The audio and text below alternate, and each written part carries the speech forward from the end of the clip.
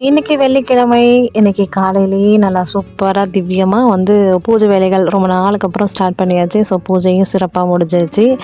பசங்களுக்கு lunch box வந்து சப்பாத்தியும் அப்புறம் வந்து பன்னீர் பட்டர் மசாலா செய்வோம் இல்லையா? ஸோ அதை பன்னீருக்கு பதிலாக நான் மஷ்ரூம் ரீப்ளேஸ் பண்ணி மஷ்ரூம் பட்டர் மசாலா செஞ்சு ஸ்கூலுக்கு கொடுத்து விட்டேன்.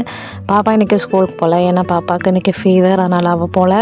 அப்படியே ஒருத்தர் மாற்றி அப்படியே ஷிஃப்ட் அடிச்சுக்கிட்டே இருக்குது. அது என்னவோ தெரில, அடிச்சுக்கிட்டே இருக்குது. இன்னைக்கு சேலரி வந்த டேன்றதுனால எங்கள் வீட்டுக்காருக்கு ஒரு பழக்கம். சேலரி வந்துருச்சுன்னா ஃபஸ்ட்டு வந்து மஞ்சளும் கல் உப்பும் வாங்கிட்டு வந்து வைப்பாங்க. ஸோ இன்றைக்கி வெள்ளிக்கிழமை அன்றைக்கி வாங்கிட்டு வந்து வச்சுட்டு இன்றைக்கி சிறப்பாக சாமி கும்பிட்டு முடிச்சாச்சு.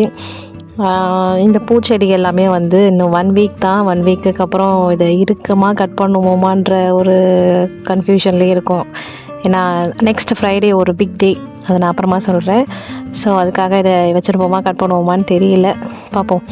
அப்புறம் எவ்ரி 60 வாஷுக்கு ஒரு தடவை ட்ரம்மை டீஸ்கேல் பண்ணணும். ஸோ ட்ரம்மை டீஸ்கேல் பண்ணி எனக்கு 1 மந்த் ஆகிடுச்சு.